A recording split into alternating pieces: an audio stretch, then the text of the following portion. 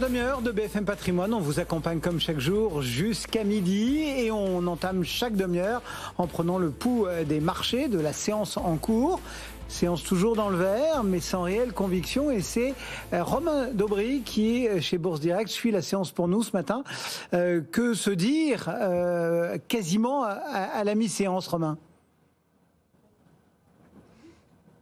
Bonjour Cédric. On a deux forces un peu opposées. On a connu ce coup d'arrêt le 22 août et puis on a connu du soutien entre fin juin et fin juillet. Et donc je pense qu'on s'achemine pour une tendance qui est un peu baissière à court terme en tout cas.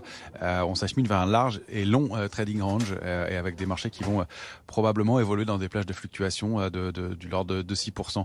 On le voit sur les indices américains notamment. On a formé des figures de retournement baissières sur le S&P, une structure en épaule tête-épaule en haut de marché. La cible idéale du mouvement, c'est un peu au-delà de 3900 points, 3903 points. Ça fera encore 3% par rapport aux clôtures d'hier.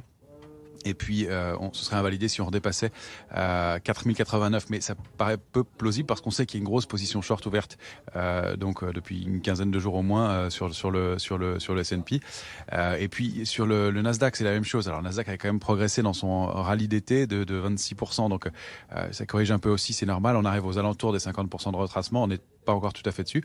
Là, on a des cibles qui sont de l'ordre de 4% plus bas, situées entre 11 980 et 12 190.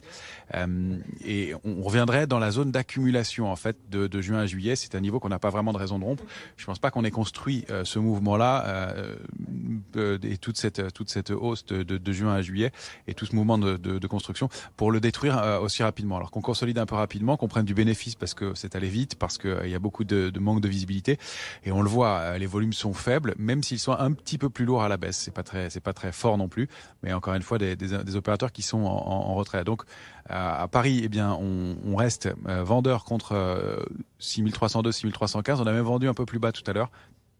On cherche des signaux, considérant que ce sont les vendeurs qui ont la main, même si on n'attend pas des accélérations baissières très fortes.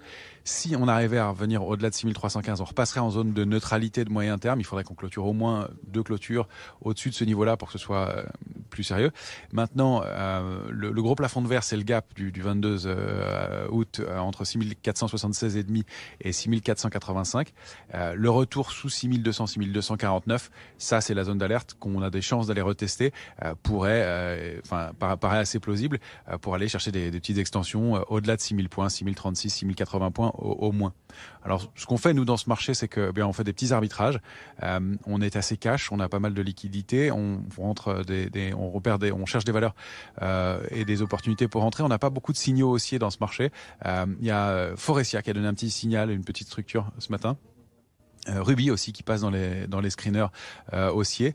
Il y a toujours les pétrolières qui sont en pleine forme et pour lesquelles pour certaines on encaisse, comme Esso, on a pris notre bénéfice même si ça peut continuer encore un peu.